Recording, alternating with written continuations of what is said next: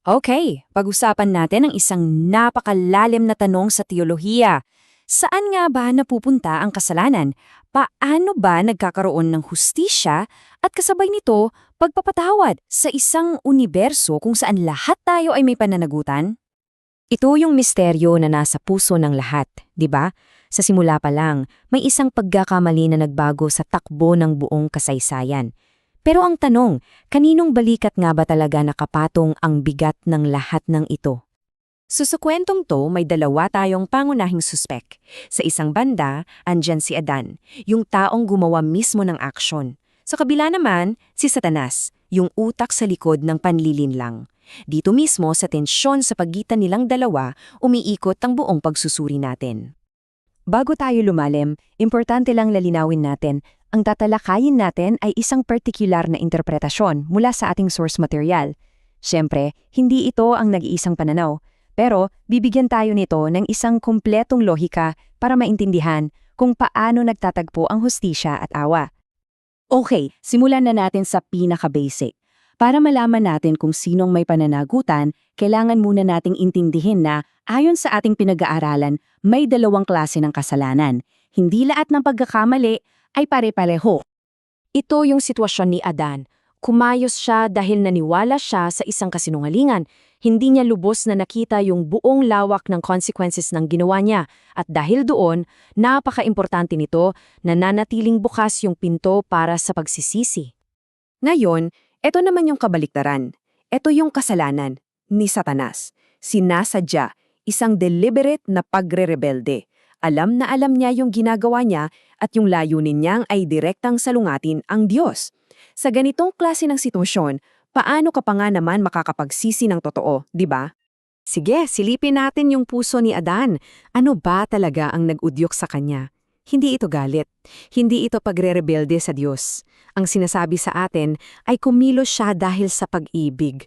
Isang pagmamahal para kay Eva na sa sandaling iyon, mas naging matimbang kesa sa utos na kailangan niyang sundin. At dito mo makikita yung laki ng pagkakaiba. Ang motibasyon ni Satanas, purong paghimagsik, gusto niyang agawin yung kapangyarihan, gusto niyang maging hari. Klarong-klaro na sinadya niya ang lahat at ginamit niya yung panlinlang bilang armas.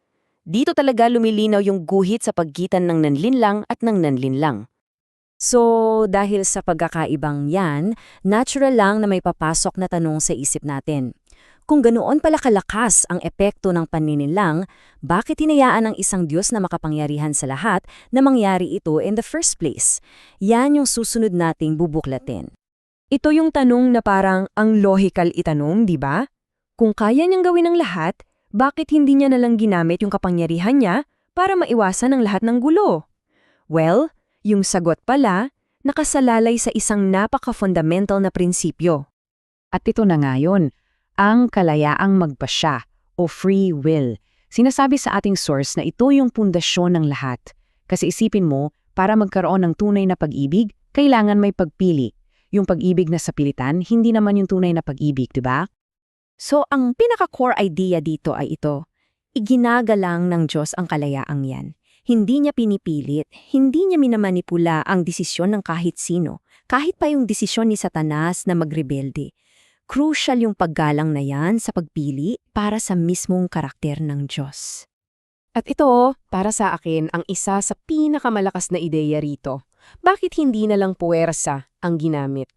Kasi hindi mo naman talaga mapipilit ang isang tao na magmahal o sumunod ng totoo.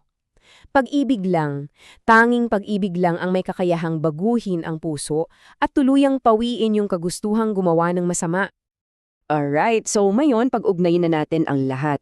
Kung may nalinlang at may nanlinlang, paano natin nilulutas yung problema ng pananagutan? Dito na natin malalaman yung mekanismo na nagpapakita kung paano pwedeng mag-exist ng sabay ang hustisya at ang awa. Okay, tingnan natin itong balangkas. Dito, inilalatag yung buong lohika. Point number 1, si Satanas ang origin. Point number 2, hindi niya kayang pilitin kaya may pananagutan pa rin si Adan.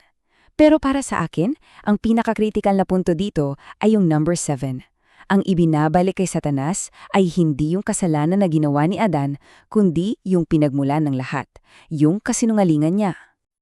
At alam nyo ba, itong konsepto na to may malalim na ugat sa Biblia.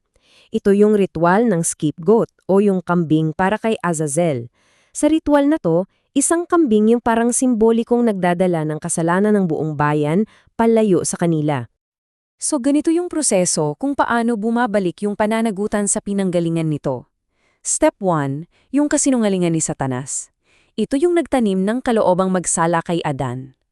Pagkatapos tubusin ni Kristo yung kasalanan ni Adan, yung mismong kalooban na yon, na bunga ng panlilinglang, ay ibinabalik sa ulo ng nanlilinglang.